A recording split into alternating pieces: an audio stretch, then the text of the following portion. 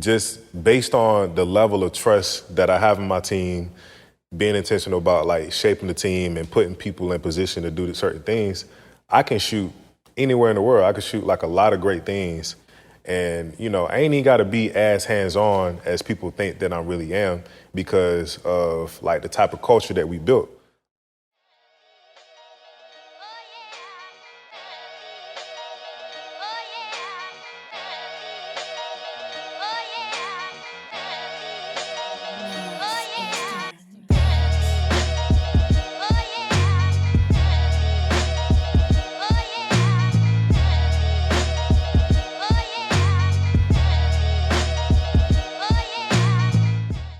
Yo, we back for another episode of Change Agents. Today we're gonna do something a little different.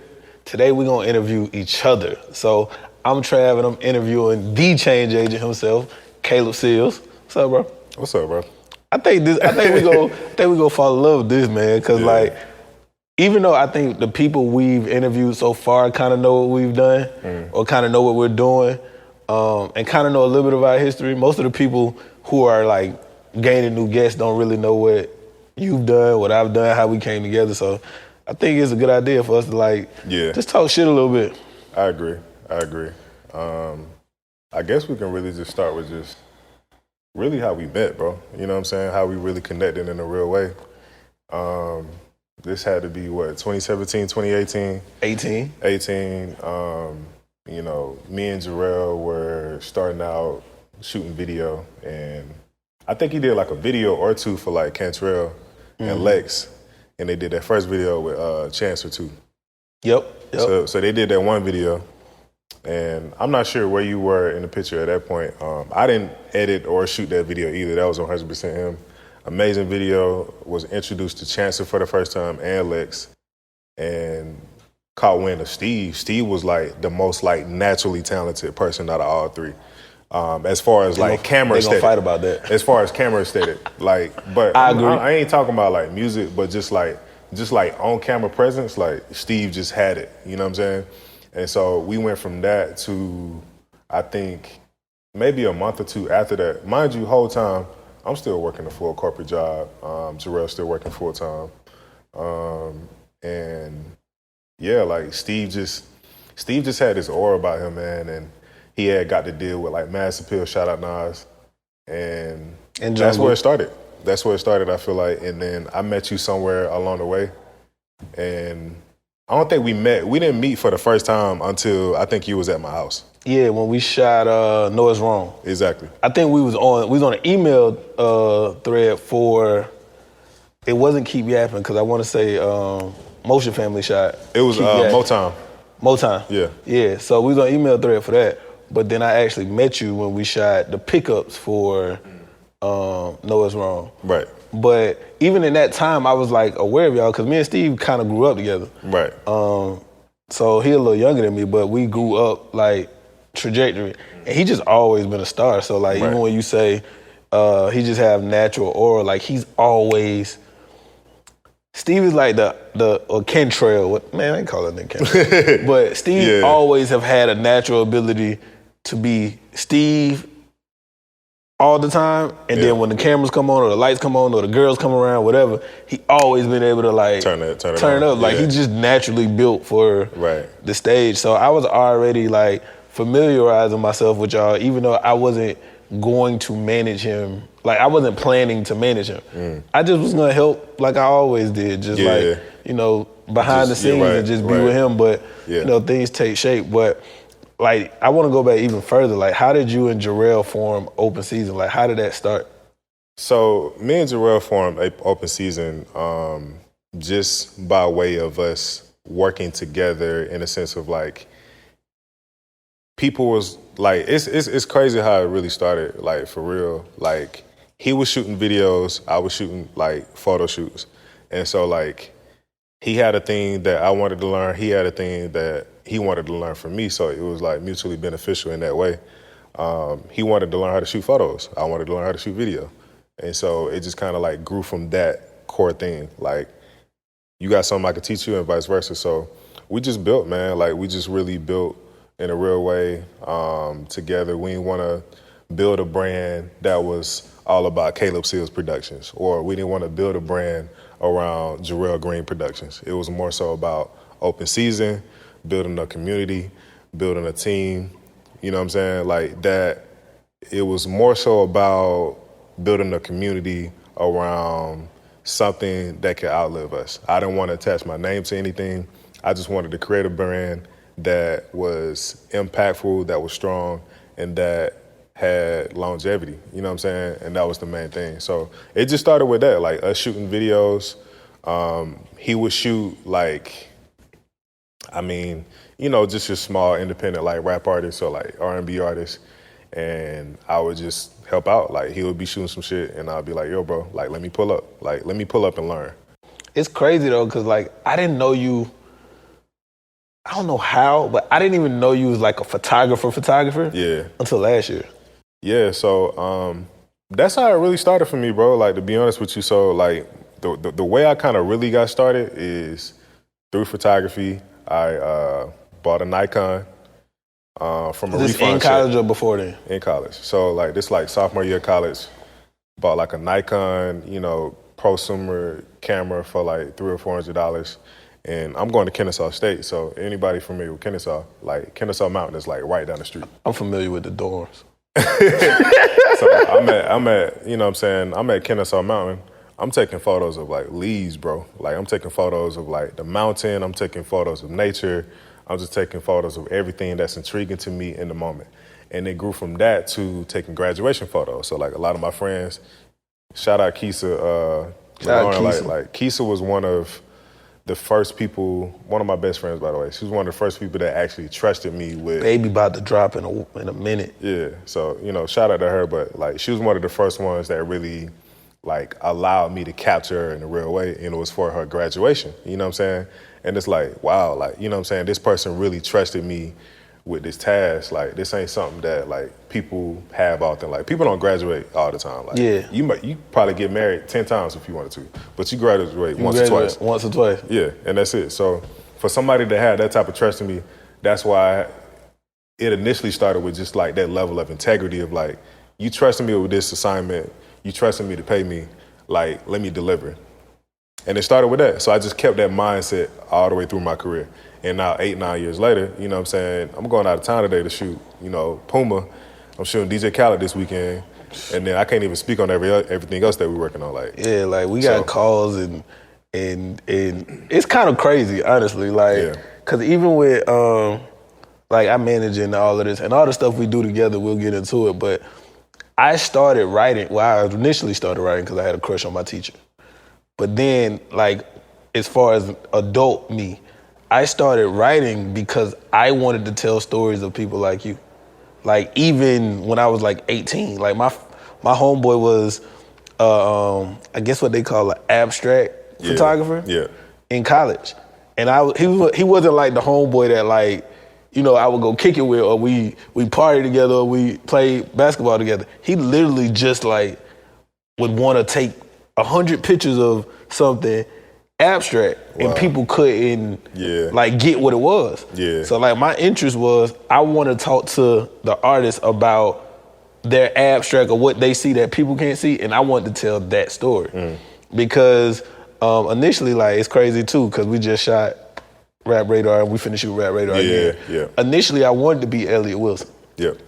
Like from XXL days, like Ego Trip days, like I always been like a crazy nut for culture. Yeah. Because I always felt like being a nut of culture stopped me from being a nut of myself. And it's you saying how you didn't want it to be Caleb Seals production. You didn't want it to be about you. I didn't want it to be about me. I wanted it to be about what I saw. But then rap kind of changed, and I was like, man, I kind of just want to enjoy rap. I don't really want to work in it. I just want to enjoy it. So let me go write about photographers, or let me go write about actors. Like, let me go write about something outside of what I love. Yeah. And it's funny how it all came together. And then once we met, I think me and Jarrell cool, don't get me wrong, but I think me and you naturally clicked a little bit more than me and Jarrell, just because maybe our backgrounds or maybe just like the way we see things. Yeah. But I remember, I don't even know if you remember this, one day you was like, I think this is the first time we had a conversation about what would become the HBUC. But you just so happened to be at the seafood restaurant across the street from my house. Yeah. And I was just like, you know what, dog? I always know I need somebody. Yeah. Right? Like, I'm not one of them people who think I can make this all about me or I can do everything. I've always been a team player. I've been a point guard. I've been all of these things. So I was like, man, you know what? If Caleb, I'm thinking about this before I come talk to you. And we cool already, so it's not like I'm scared to talk to you, but this is a brand new idea that I'm like formulating in my head. I'm like, if Caleb think this is a good idea, I'm gonna do it. And I'm like, yo, let's do this production studio, XYZ, boom, boom, boom. And I don't work with you at this time probably 4 times. Yeah. We don't shot some stuff together. We don't kicked it a little bit. Right. But it wasn't like we grew up together. But I still wanted your opinion before I even talked to Steve about it. Yeah. So kind of like, what did you think, what was it the idea or like what made you think we could do this even then? What made me think that we could do this even then is just that, like, look at what we've done, like, up until that point, just in video. Like, look at just to kind of recap, like, you know, going from, like, bro, I used to pull up on shoots with, like, just a blue tote, like, no Pelican case. For people that shoot, people who work in the military, they know what a Pelican case is. Like, that's like a $300 case by itself. Waterproof, all that. So, like, I went from carrying like a blue moving tote with camera equipment, lens, all this stuff, up flights of stairs, down flights of stairs. Like, you know what I'm saying? I'm in college, so it's like I'm 3rd floor. Like, I'm carrying that all the way to my car and back every single day for these different shoots. And it's like going from that to get in a position to where I can hire my friends, like I can build a studio. Fact. And I have the tools to get that done. I've experienced it. I know, I studied marketing. Like I went to college and got a degree. So it's like, I understand what a target audience is. I understand what, a need is, you know what I'm saying? And providing value directly for that need. Like I understand all those things. And so with that understanding, I knew exactly what Atlanta needed. I know exactly what New York needs. I know what LA needs. Well, you know what I'm saying? Because I've been in those markets. So saying all that to say, so when we had this conversation about like a production studio and like, and to take it even a step further, bro, like I don't know if you remember, but we was on set one day and it was for like Steve's video. And you just pulled me to the side and we all just shooting. I think Jarrell was getting a shot or maybe it was like a shot on tripod and Steve was performing or whatever. And you like, yo, bro, like we should do it. You know what I'm saying? We was at the studio on Fulton Industrial. I'm not gonna plug them, but you know what I'm saying? No free promo. Sorry. Like we was in the studio, we was just shooting on the psych wall and they had lights up and everything. And he was like, yo, bro, like we should just do a studio. And I was like, let's do it. And what we like 14 months? What is it? 14 months 14, 18 months, somewhere around there. Man, how many projects later, you know, we 3 digits deep of projects. And I mean, every day it's growing by the day. It's the people are coming in. And, you know, the same reason why I started Open Season which was to build a community. That's the same reason why I did this. Is like, you know, it's a community here. It's like a family. It's not just, you know, I'm hiring this person just because they good. Just because they good. Like, no, like I'm hiring this person because like I genuinely care about this person. They do a good job. And I want to carry them or help them get to where they want to go because it's also going to help me get to where I want to go too. I think that's also because, like, you play basketball too. Yeah. Like, I think we just always been a part of teams. Yeah. So we just realized just the benefit, man. I just think it's so much value in like being a part of a team and like being a team player. Like no man is ever able to do anything alone. You need a team, regardless of anything that you get married. You got like your groomsmen, you got bridesmaids. Like it takes a team for everything. It takes a team for in life. Everything. Business meetings. Like it's a table of people who are all there to talk about this idea or this concept or just to bounce around ideas. Like everybody that you can think of or name, they have like a team of people. Now it might be 2 or 3 people or it might be 10, but they got a team. They got a team. Our tables are better. But to take it back a little bit too, When did you know so you started in photography. When did you know you was good at video? Like what project was it, if you remember, that you was like, you know what? All right, I'm finna take this shit somewhere. Like I know I'm on track now. I wouldn't say that there's like a specific project that made me realize I was good in video. Cause I had a hard time really like grasping that, like, okay, like people tell you all the time, like, okay, you the GOAT, bro. Like, you doing this, you doing that, you doing a good job. But I never really fed into that type of gratification. Like, it was more so internal. Everything is internal for me. And I think that should be for everybody. Like, the more you start focusing on, like, outside noise, like, the worse off you're going to be because you're relying on that. Once you believe the hype, yeah, you a slave to the hype. You a slave to the hype. And then you're also a slave to, like, negative feedback, too. So, like, let's just say some things don't go your way. And now it's the opposite. Now the conversation changed. Exactly. Conversation changed. Energy's different. And somebody telling you, hey, bro, like, you know, this ain't it. And that's eating you alive. So it's never been about, like, people always be like, oh, yo, bro, like, you should feel like this, you should feel like that. I feel exactly how I'm supposed to feel based on my goals. That's it. Like, it's a certain level that I'm still trying to get to. And based on my performance. Right. Like, I could have been great last week. Right. And I'ma always feel like I could be great, right? But I could have been great last week, and I could be bad this week. I'm not going to get too high on myself from the great week, and I'm not going to get too low on myself on the bad week.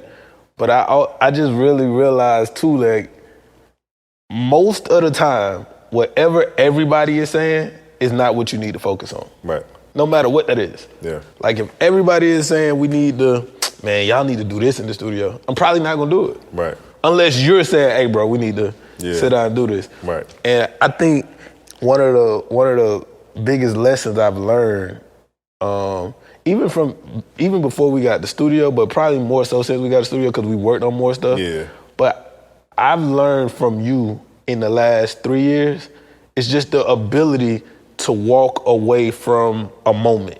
Yeah. Like, sometimes we want to overhelp, but I think one of the best things about you is I know you want to help people as much as I do. Yeah. But I also see that you have a cutoff switch. Yeah. And that cutoff switch might not be permanent, but that cutoff switch is, hey, dog, I'm not dealing with that today. I'm not holding your hand today, or I'm not doing whatever that is today. 100%. I'm gonna go over here, and it ain't even no hard feelings. Right. Like, if next week we find some balance in something else, cool. But bro, I'm not dealing with that. Right. And I think that's another benefit of having a strong team. A strong team is always, if you're paying attention, a strong team is gonna help you learn stuff that you didn't know you partnered with them for, you didn't know you hired them for, or whatever. Right. It's just like being around good people gonna make you a better person. Right. And that's another thing too.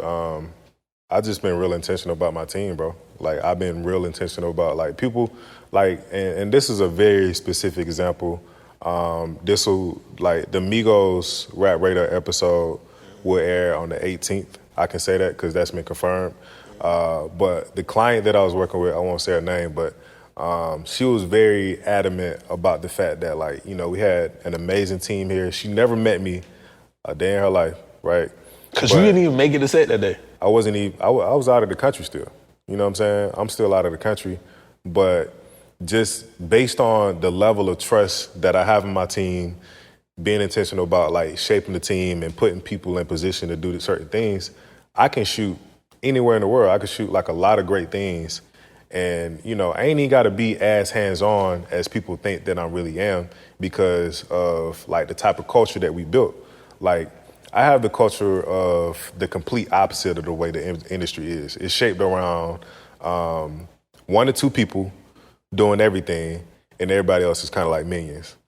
Like, nah, like, you got Sean on set, he could pretty much run his own production. Gray on set, who can run his own production.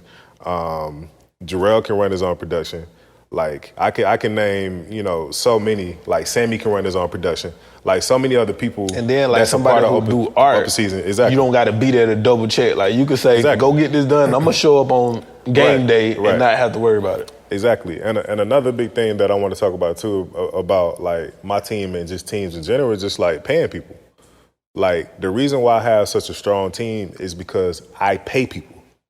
Like, we live in an industry where people really don't get paid. They don't get paid to do what they do, or they're looking for the cheapest intern that they can plug into this role and just so seeing if it'll work. Out the budget. So they can shave out budgets. And it's like, I don't care about this $50,000 budget one time. I'm trying to keep you as a client for 10 years. But people be so focused on that first target or that first number that they lose the overarching goal. Like they lose sight of that. And so that's been my whole thing. It's just like, yeah, like let's knock out this project out of the park. Let's execute it, make the client feel good so they can keep coming back for more jobs. And everybody gets paid, everybody wins. And, you know, let's just say you came to me and you a PA and you tell me that you want to be a DP one day. All right, cool. He was a DP starting out 3 years ago. You can start working with him. Or you want to be a producer. Oh, well, Sammy's been producing for 2 years. Just did a Kurt Franklin video, did video of the year. You can intern under him. You know what I'm saying? And the blueprint's there. And we just want to carry people to that next level. And I think it's too, like, the intention, right? One thing I've been really thinking about this week for real is intention versus execution. Right. Right? Because, like, you know, we always want to pay people. We almost want to overpay people. 100%. Because the intention is, if I treat you good or great, then you will see the investment and you'll have that same level of integrity that you had when Keisha gave you her graduation photos. Right. But sometimes that don't go right. It don't. And sometimes we'll pay somebody X amount to go get something done, and we'll know that they don't even deserve, quote unquote, that number yet. They have the potential to get there, and we're paying them off potential, and we're paying them off the 10-year commitment that we're planning to put into them. But then you have to come back and say, hey, dog, like, you got comfortable, or you got lazy, or you got... Right. Or you just took the money and ran. Yeah. And so, to piggyback off that, bro, like, I've been real intentional about, like, studying people, like, really focusing on behaviors of people. What are you motivated by? Like, what's your motivation? Why are you asking about this sound mixer role that I'm asking for that pays this rate, but you've never been a sound mixer? You've never been a sound mixer. Like, what are you motivated by? Like, are you wanting to learn how to be a sound mixer? Cool. So let me hire a sound mixer, and then you can intern under them for free. Yeah. Or I give you a certain rate that's less than the total amount that we have for the sound mixer, or whatever the case may be. But I need to, again, like when you study people and you understand your team, you learn those things and you learn what people are motivated by. And so, like, anytime that there's people that's, like, motivated by, like, you know, making a few dollars or doing this and that, I try to stay away from them because, like, they not going to show up for me, or ultimately, it ain't even about me. They not going to show up for themselves when they need to. Yep. Even because when there's money, if they made good money last week, they might not care about showing up this week. Right. Or if they suck, they on their ass last week, right, money-wise, they might show up this week, but they're going to ruin the next 2 or 3 days. Right. So habits versus habit. If you study somebody's habits, that's better than their words, that's better than their actions, because an isolated action, somebody might be dope, do some dope, but their habits is going to always tell. Right. And that's one thing I try to pay attention to, too. Right. But let's. I was gonna say this one more thing too. It's just like I'm gonna just take it a step further for everybody out there. Like, it's been jobs that I've literally made. I've literally broken even on. I'm talking about it's been $20,000, $30,000, $40,000, $50,000 projects, and I've literally exhausted all money on the actual production and not pocketed anything. And it's also projects where I've made $15,000, $20,000 on those specific projects. But at the same time, the underlying thing is this. There's been no drop-off in my work ethic, the quality, and the level of professionalism that I present. You know what I'm saying? There's no drop-off. And that's the thing that people need to realize. And just how I they just need to people. do. Just treat people the way you want to be treated. How many, before we get into, like, I think I do want to kind of talk about our favorite project since we had the studio. Yeah. But because we in the money situation, how much money in free studio time or free resources you think we gave away this year? I mean, we still doing it now. Like, we still are I giving did a away. P&L yesterday, so I kind of got Really, you got an idea? I got an idea. I mean, I can't even quantify exactly how much time that we've given away to people over the past, like, year and a half. Willingly. Yeah, like, willingly. and still want to. I think that's the big thing. But I also just look at it like you saying you break even or I would say for every, and then, you know, we got investors and partners too who gonna see this, but I say for every 5 shoots we do paid, we give away 2. Yeah. Or 3. Yeah. And that's not including the stuff that we're trying to build in-house that we don't have a budget for yet. So we just doing it ourselves. I'm not even counting those. Right. Because that's really us giving to us. Yeah. But like even with, you know, some of the campaigns we trying to run and, you know, some of the stuff we try to do, man, I'm just like, I'm going to always use what I have to help people. Yeah. No matter what that is. And I think if the biggest underlying thing about this space is trying to find people who also subscribe to that. Yeah, group economics. Like if you subscribe to that, we can build anything. Yep. And we can fail at anything. Right. And we'll be okay. Like our relationship not gonna fail if you gotta go help Caleb 2 days for free. It shouldn't be like that. Yeah. But yeah, let's circle to the favorite projects. What's your favorite project we've done in here? I got 2, but I'm gonna let you go first. My favorite 2 projects that we've done in here. I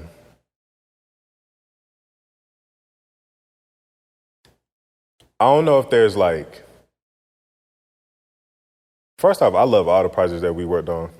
All of them have been dope. Like all of them have been like everything is an experience. So like this ain't really tied to no money. We only had trouble once. And it wasn't even no trouble for that. And just so people know, we don't have Young Thug in here.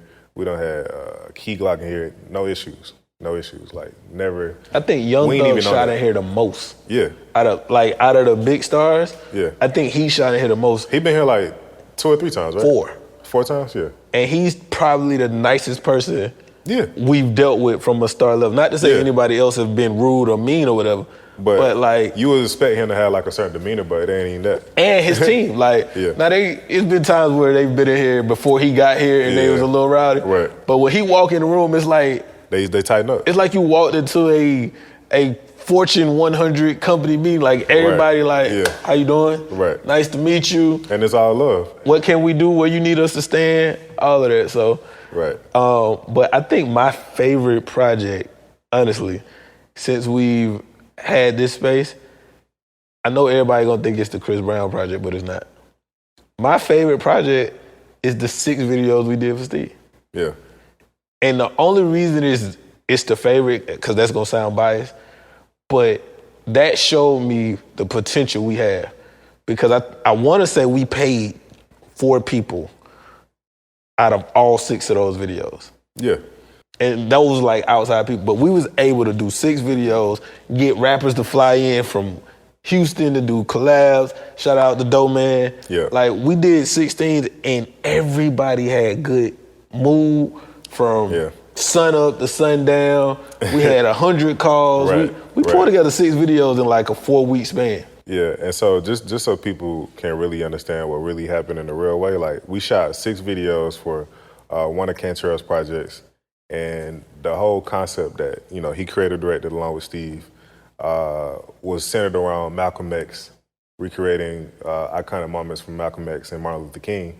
And Muhammad Ali. And Muhammad Ali. And it's just like, when you look at those 3 pivotal people, like, you don't want to just emulate them and it just be lackluster. You want it to be of value and something that kind of resonates in a real way. So, like, getting a hotel that looks like the same hotel that Martin Luther King in, getting a boxing ring that really looks like the boxing ring that, Muhammad Ali is in, like things like that. So all of that was a task, and, we dealing with the interns that I was dealing with at the no time. Budget. Like, no budget, no, like, real crew. It was like me and, a couple people I got to pull up, every now and then, but to your point, bro, it just really showed us what we could do together if everybody's all locked in and not thinking about like money and more focused on like doing something really dope, impactful, and something that we can all look back on and be proud of. Like,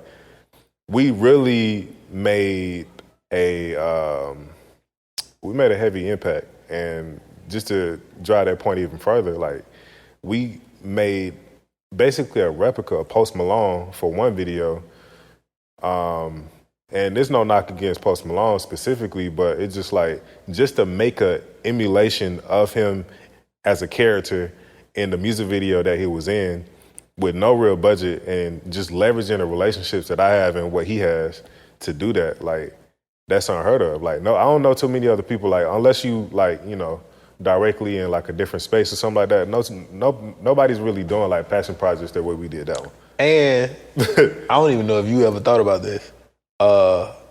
Jordan, Mimi,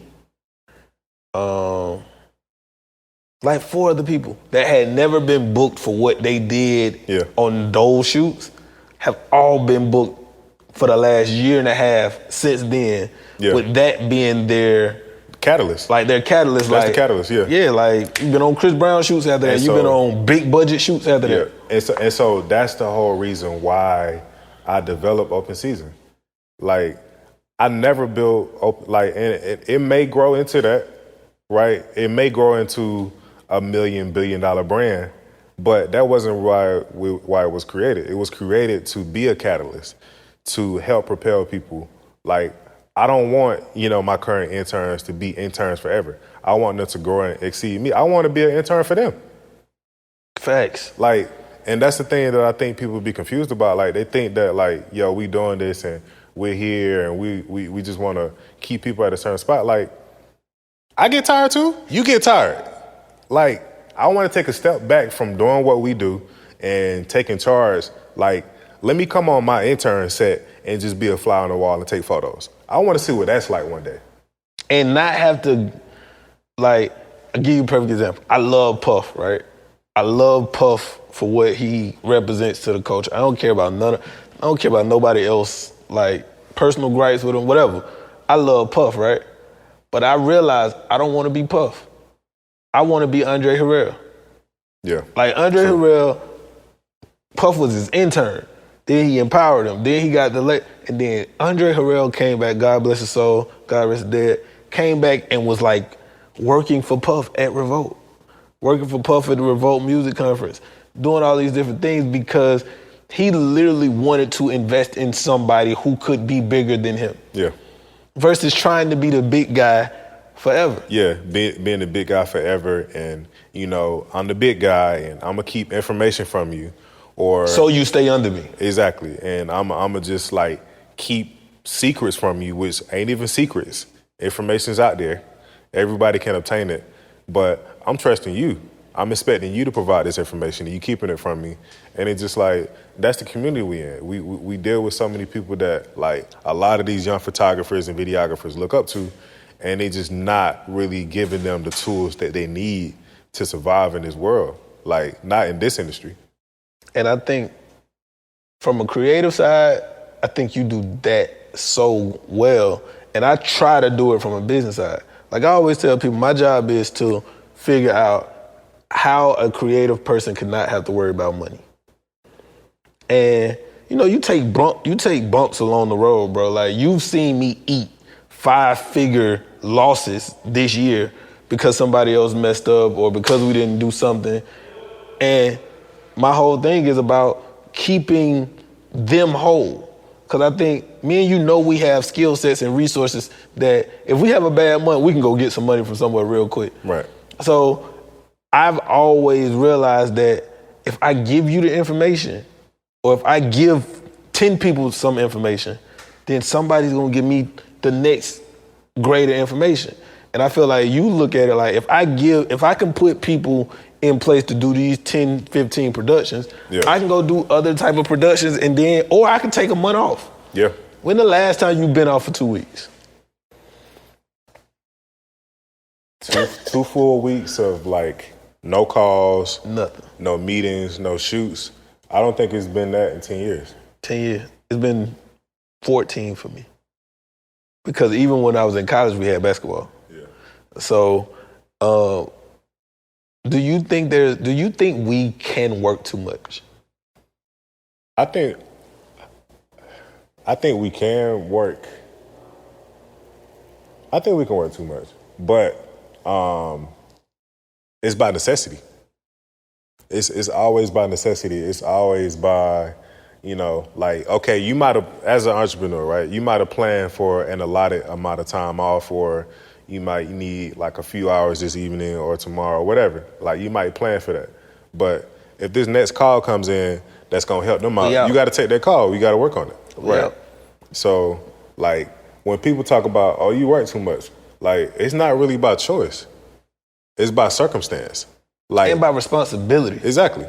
Like, if I agreed to this project and I said, hey, like, this is what I'm agreeing to, this is what I said I'm gonna do by this date, by this time, I'm gonna do it. I'm not gonna wait till the last minute, or I'm not gonna wait till after the fact to be like, oh man, like, I just needed a self-care day. Like, no, that's an excuse. Like, you already agreed to it. At that point, like, that's null and void. Like, now, if you communicated prior to, like, yo, like, I need some time, I can't rework on this project, that's another thing. But if you already agreed to it and your only excuse is like, yeah, like, man, like, I needed a break, or I'm sorry, bro, like, da-da-da, that only goes so far. That only goes so far. So now I got to get into my Caleb Seals brag session. Because you know I always tell you, you never talk about yourself enough. And I'm your biggest fan, for real. I'm a bigger fan of Caleb, the person, and this is not me just gassing you, because, you know, I joke on all my friends. I kill everybody. But I'm a bigger fan of the person than the creator. But, dog, you did some amazing things. So these are my 3 favorite Caleb, I ain't necessarily gonna say projects, but it's just gonna be my 3 favorite times of watching you work. Yeah. One, when you directed, was it 5 or 7? 5 or 7 shoots in the same day at the same time. Oh, yeah. So just to talk about that, man. So shout out Collective Gallery, shout out Cam, Shelly, the whole team over there. But, man, I had got hit up to shoot, like, Cottonelle, like the tissue company. The fucking tissue company. Yeah, so I did this Cottonelle shoot. They needed 7 interviews throughout the country, all in the same day. And ironically, at this time, too, I'm out the country then, too. In Turks. I'm in Turks and Caicos around the same time that I planned on, again, like, we talk about being busy. Like, I can't miss up on, like, a Cottonelle shoot. Like, it's Cottonelle. Like, even everybody know Cottonelle even though I paid for this vacation way in advance. like, nah, like, it's Cottonelle. And then also, like, the Cottonelle shoot paid for the vacation. But anyway, 7 shoots, they staggered, right? 9 o'clock shoot, 11, 1 o'clock, 3, 5, all the way throughout the entire day. People swear we be lying when we say we worked from 9 o'clock in the morning to 2 a.m. People don't understand it until they get around us, and then we don't have the energy to really engage with them in the way that they need to be engaged with, and then they really understand then.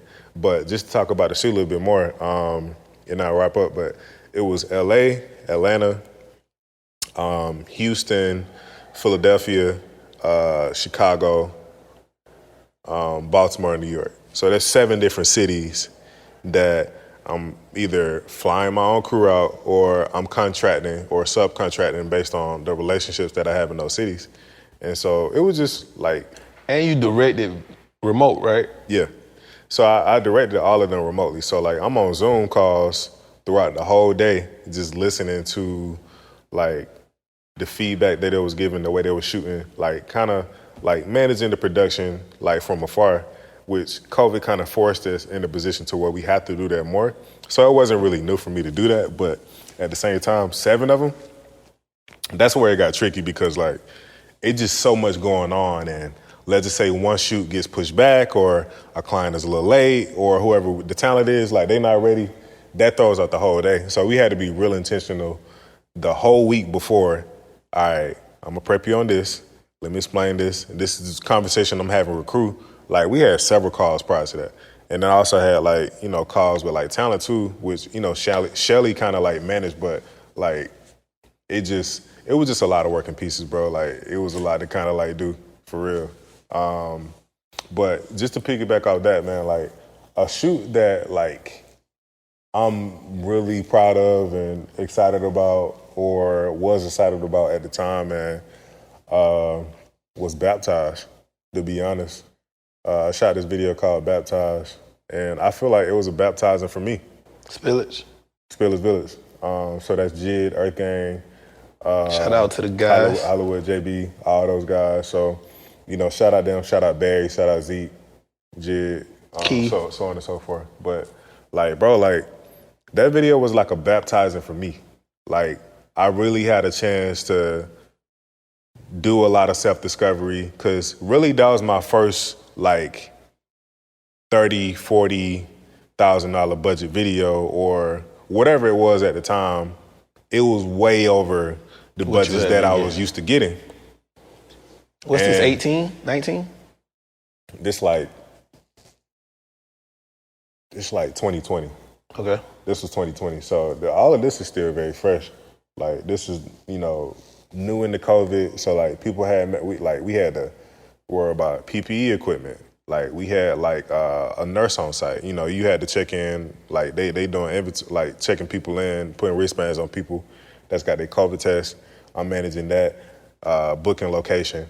I'm booking extras. I had 40 extras. I want to say I had 40 extras. 20 inside of the pews of the church. Had a full choir. They never performed together, right? Never met each other a day in their life.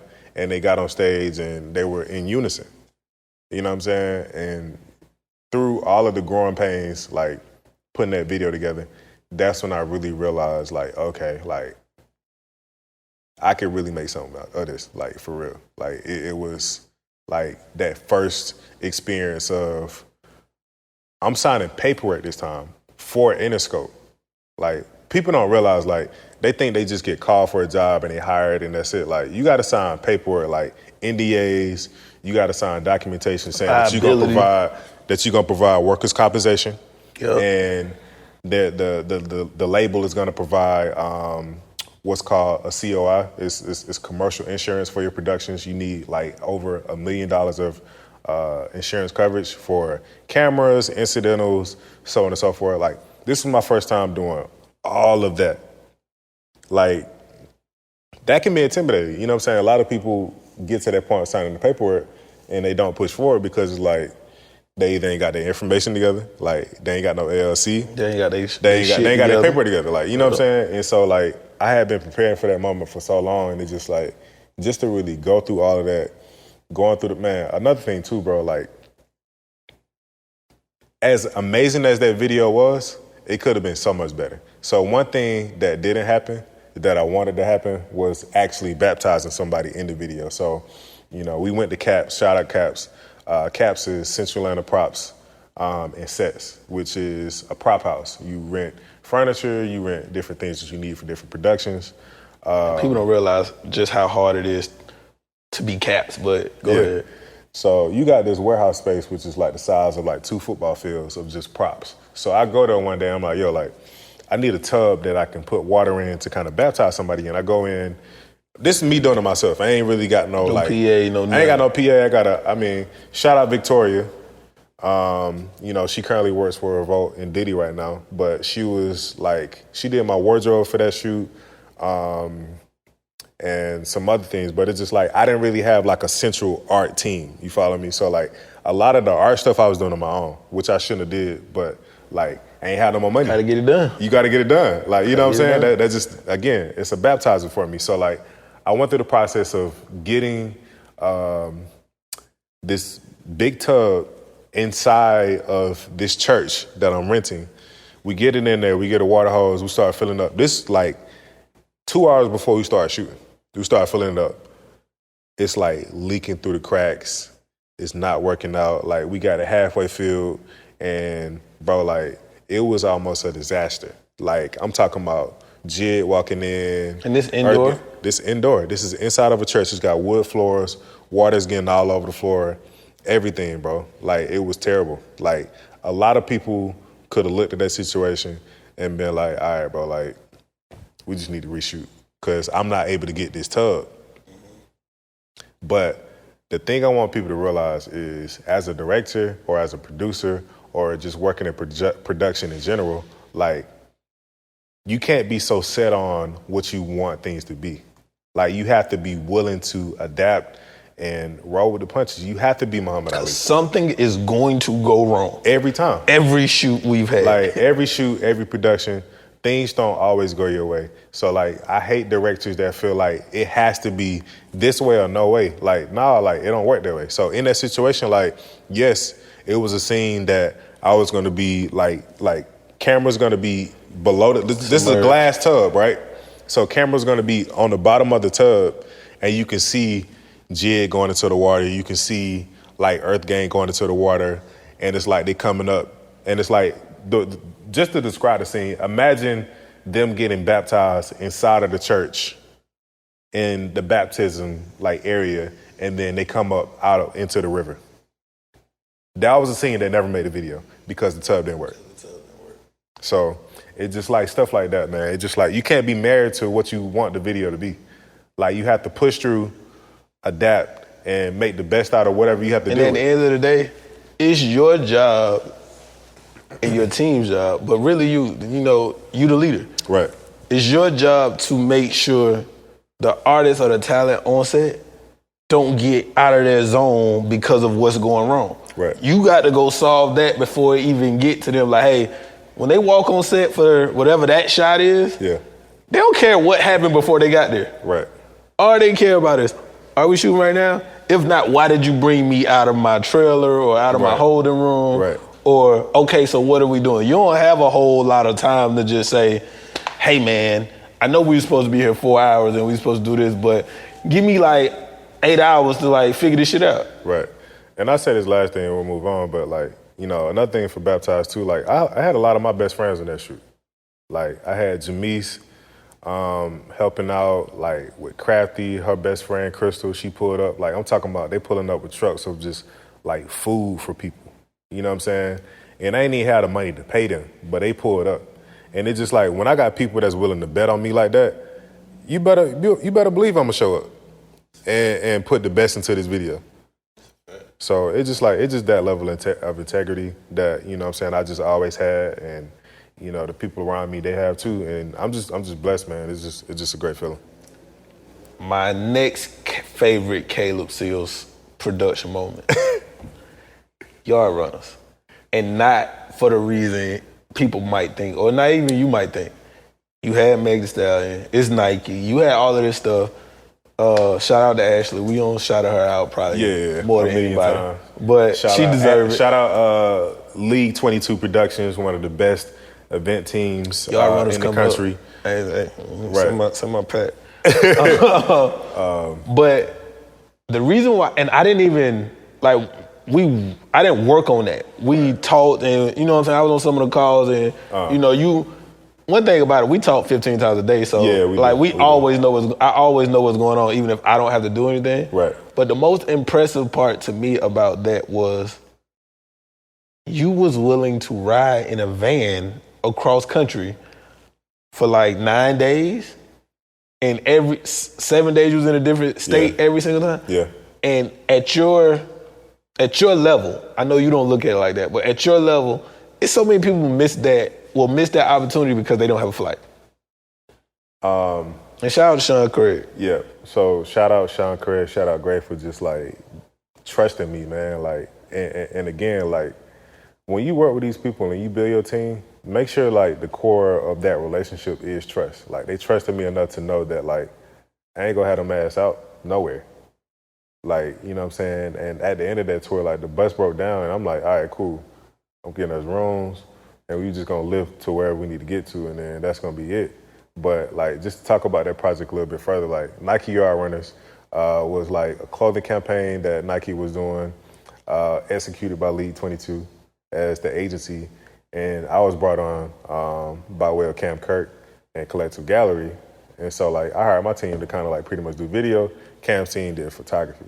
So just to piggyback off that, it's just like they wanted to shoot a dance competition for that campaign. I think it was like at 5 different HBCUs. So these ain't just like HBCUs that's all in Atlanta. It's not like it's like Clark, Morehouse, Spelman. Nah, it's like Kentucky State University. It's like Howard. So, you know what I'm saying? I'm flying to New York to start the tour, And then we go from New York to D.C., from D.C. to Kentucky, from Kentucky to Alabama A&M, from Alabama A&M to Atlanta, and then from Atlanta to Houston, back to Atlanta. For TSU.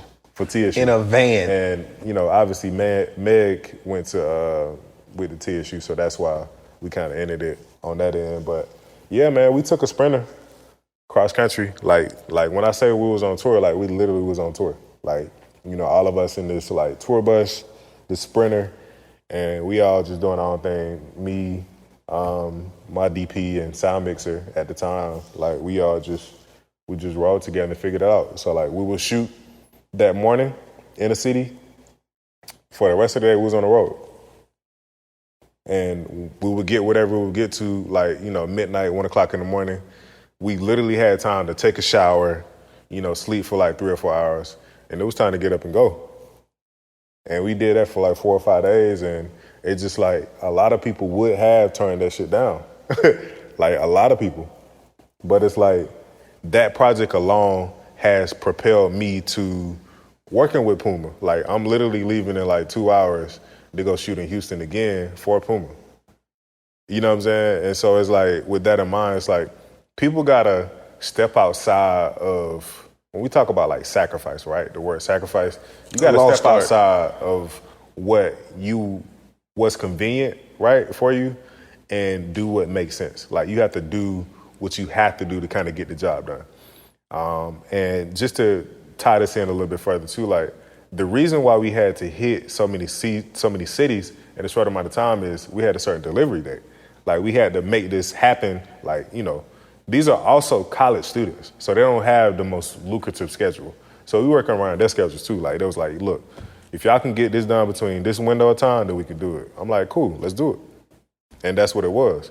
And it just like, this goes back to like us, being busy too. Yeah. But it's like, that's just based on circumstances. Circumstances were what it was. Like, obviously I wanted to be more favorable and not have to shoot Cottonelle a 7-day shoot in one day and to shoot Nike a 5-city shoot in the span of a week. I would rather not do that, right? Like, I don't want to do that, but based on the circumstances and the adversity that we was faced with, that's what we had to do. And the more people focus on, like, getting things done through adversity and not around adversity, the better off we'll be. And I know you like you said, you got a flight, but I just feel like it's just important to have this conversation and to have these conversations, because one thing about being great is you make it look easy. And none of this is easy. Shooting this podcast not easy. It's not. Like, none of this is easy. But I want to get into my last two so we can get out of here. Fourth is Jimmy Fallon. So we shot Jimmy Fallon with JID, Ludacris, Conway, and then it was you shot the video, and you shot the actual music video and the live performance for Jimmy Fallon in the same day. The same day. Talk about that, and then I'll tell you why it's my favorite. One of my favorites. Honestly, bro, that's one of my favorites too, to be honest with you. And the reason why I say that, like, okay, like, just so people know, we brought in Riveting Entertainment to come in and shoot the biggest Chris Brown video of the year last year. If y'all heard the song Go Crazy, you know what I'm saying? Imagine the remix. You got Lil Durk, Mulatto, Future, even Thug and Gunna showed up for the video too. And so you got rest in peace, Lil Key. You got 6 of the biggest artists in Atlanta and LA in like our studio at the same time. Like, it's crazy. But like, Jimmy Fallon was so impactful to me because it wasn't riveting. Like, you got one of the owners of the studio shooting his own production for one of the biggest late night shows in the world. Like we did that. And before we like had a name, like I think people kind of know what we do now. Yeah. And kind of know about us now. But the reason why that one was so eye-opening for me is because you had 3 talents. You had 4 talents for real, because Jimmy Fallon is a talent in himself. Yeah. Right? But you had 3 talents. Nobody was from the same place. And I vividly remember seeing you spend at least an hour or 2 with everybody's individual crew outside of shooting. Yeah. Like, just talking to Ludacris team. I was talking to Conway team. I'm talking to Jid team. And we had to spend time with one of the landlords. We had to let him come in. And he knew some of the people, but we spent 4 hours. I'm on phone calls with Jimmy Fallon team. Like, it's certain things that people don't understand. Like, they think you just like export a video as an MP4 and it's like, that's it. Like, nah, it's certain specifications that you gotta like export a video in for TV. Yep. So it's like, I'm on calls with them about that. I'm on calls with my sound team because they need the full live performance, like clean, no dead silence. Like, we had 75 people in here. Exactly. So that's another thing too. And it's just like even a step further, like just curse words. Like we went back and forth about certain words that he was saying. Like we had to take out like so much stuff. Like so my sound mixer, like he put in like not shit, like not the actual word, but he would have shh. So like just even that cutting small that thing, clean. They had to take that out. You know what I'm saying? So it's like the back and forth of that, the overages I had to take care of, like all of that. I'm dealing with all of that in real time, and it's just like, again, that video was like so impactful for me because it's like it just showed people, all right, this is for real. Like this studio is for real now. Like we talked about it, like we seen other productions come in, we seen it go crazy, cool, but for Caleb to come in here and open season to kind of do this on their own and not outsource nobody and do it on our own. No other umbrella had. Like no other umbrella. It was just open season and Jimmy Fallon and H.B.U.C. And it was just, I've never seen it done. I'm sure it's been done before, but I've never seen two videos go on at the same time in the same space. Yeah. So you got some people who only care, like as far as like entourages and certain crew people that only cared about the actual music video. Right. Then you had some people who only cared about the TV performance. Yeah. We built stuff that it looked like they was in a back alley somewhere, so we had a set for that. Yeah. Then we had another set scene, down here for the office scene. Yeah. Then we had TVs and everything on the psych wall with smoke and all of that. And then we had to pull SUVs in and out. And then I also think about... I just had to set the tone, but go ahead. I also think about, we had Kareem Johnson on that. We had Mecca. We had so many other people, and it was like, dog, I swear to God, this is not me gassing you. I swear to fucking God. It looked like you had a glow around you as you walked around. Like I could spot you in the middle of 1,000 people. And you was calm. Yeah. So I'd never forget you had your screen and you was walking around and something happened and something go like drastically wrong. And they'll come tell you be like, oh, don't worry about it. Let's do this, this, and this, and we'll be good. And walk off. Yeah. Like you was more concerned about making sure we accommodated the people than you was about the actual stuff that was going wrong because it's just like you had such a handle on the situation. Yeah. And I want to say that was 15 hours total. Yeah. And we just killed it. So I love that. And I love, like, just being able to say, dog, like, my dog did that. Yeah. It showed that, man, we can do anything in here. Anything. We can do anything in here. And we don't have people come in and say, well, y'all ceiling's too high. Y'all can't get live. Like, nigga, we smoked everything in here. So, again, it just set the tone. Like, people saying, oh, you can't do this, you can't do that, or that's impossible, or that can't be done. Look at the credits, bro. Look at what we done here. Look at the credits. Like, look at what we done here. Yep. And then tell me what's impossible or what's not possible. So. And fifth and last, and we'll get out of here, my fifth and last favorite Caleb Seals thing is Grip. Oh, yeah. Mama said, I ain't messing up your song. Mama told me. Mama told me. Yeah. And the reason why that one is because that's the one time it felt like, you almost felt like Thanos to me. Because we had so many people from different parts of our journey that all had to come together for that one thing. Yeah. And it was seamless. Yeah. And like I was happy for Grip because Grip had just got the Interscope deal. Like I remember me and Grip having conversations when he was unsigned. Yeah. And trying to help with certain stuff. And that's not to say that, like, Grip is Grip.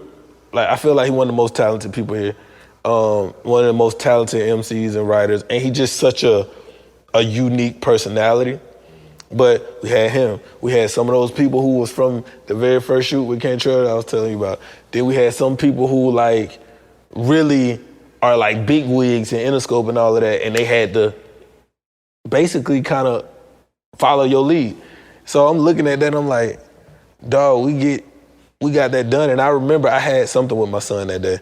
And I got here like 8 hours late.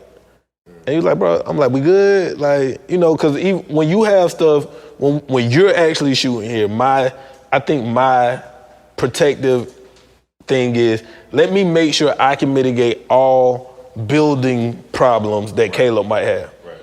And you just was like, bro, I got it. Don't worry about it. We shot that. Right. We shot this. Come meet this person. Come meet that person. Right.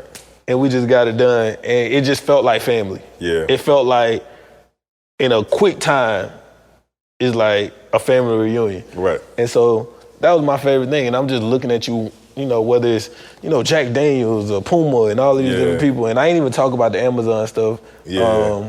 Because that was one of my favorite moments too, just watching you, like, fly. We flew out there and we just pulled up and set stuff, but that didn't kind of happen. That's still kind of recent. Yeah. So that was one of my favorite things, but I'm like, dog, this nigga has done, I've watched so much greatness that the whole title of this show, Change Agents, is really about you.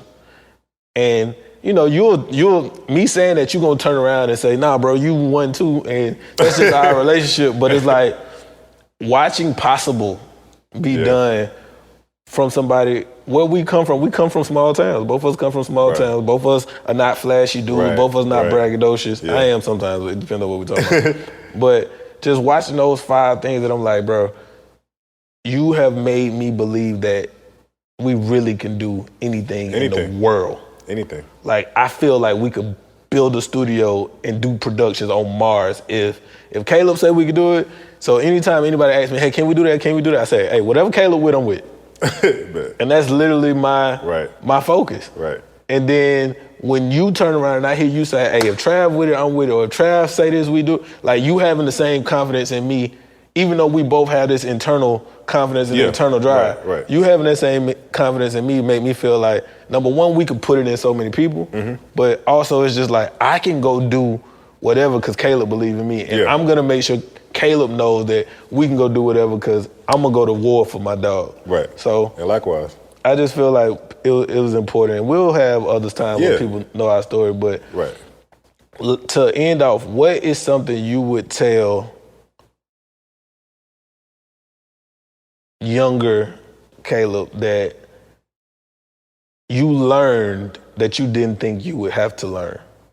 Meaning, what did you learn that you had to change about you versus something that you already had in you? Something I had to learn. I would say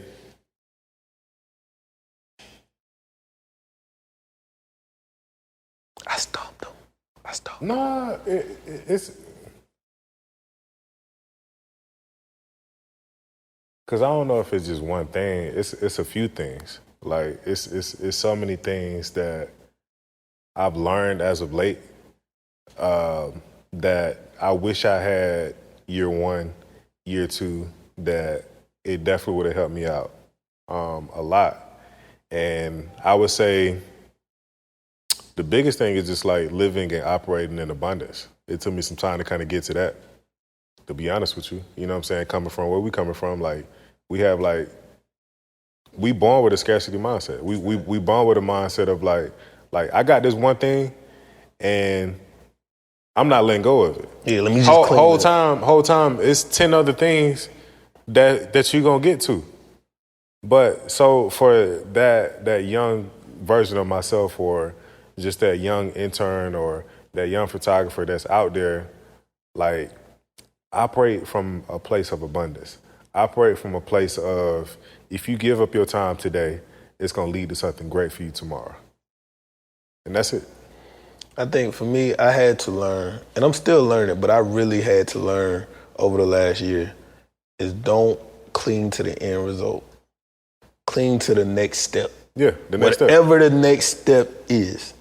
Because I've always had big whatever. And most of my goals I've reached. But I also realized that I missed steps along the way because I'm only locked in on the end result. Yeah. And it's like, lock in on the next step. The beauty's in the journey. The beauty is in the journey. My dog. Change agents. This the best episode. So we're going to log out and, subscribe to the YouTube, follow us. Let's get it. Don't hate Trav. It's Caleb. It's at Caleb Seals, CalebSeales. And we out. We out. All right. All right, cool. Let's pack this camera up. Yeah. What is it, about like 2:30? 2:09. All right, bet.